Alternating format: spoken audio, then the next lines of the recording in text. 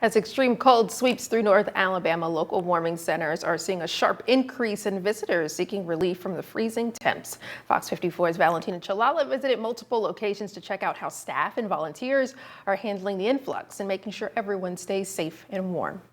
Since the cold snap began, more people have been seeking shelter from the freezing temperatures, and warming centers are extending hours to accommodate the need. Since the weather has dramatically dropped, we've seen an increase of about 100 or so homeless individuals ramping into the men's side, and then a steady increase on the women's and children's side. Staff and volunteers are working around the clock to keep everyone warm, with city resources helping connect unhoused residents to shelter. Someone who's unsheltered and they find themselves in a critical situation, HPD can help, or actually let them get a police ride or somewhere else that we can get them into a warming center, because this cold weather can certainly be deadly. Huntsville Transit is also helping out by providing free rides to one of the city's 4 partnered warming centers, making it easy for people to find a safe, warm place to escape the cold. If you need to get to a warming center, you can take any Orbit bus and tell the driver you're headed there. What is very helpful for us is some of our staff graduates out and is part of our security, so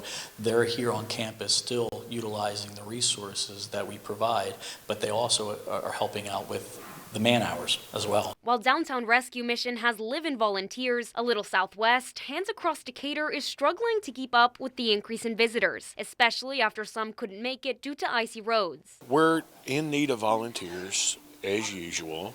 Like I said, we just decided to extend it, so I'm in need of volunteers pretty much now through Sunday. According to Jonathan Walsh, anything in the 20s is cold enough to develop hypothermia, which is why the city is working together to get people out of the cold. In Huntsville, I'm Valentina Chalala, Fox 54 News. And with those bitter cold temps this evening here in Huntsville, HEMSE's asking you to be weather aware for your elderly friends, family, and neighbors.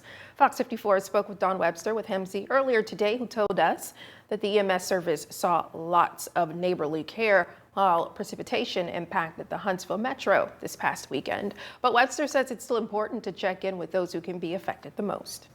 These extreme low temperatures that we're facing tonight and in the morning, watch your neighbors.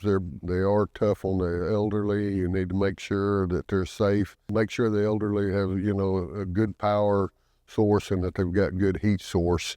And same thing with the young, small children, infants, and small toddlers.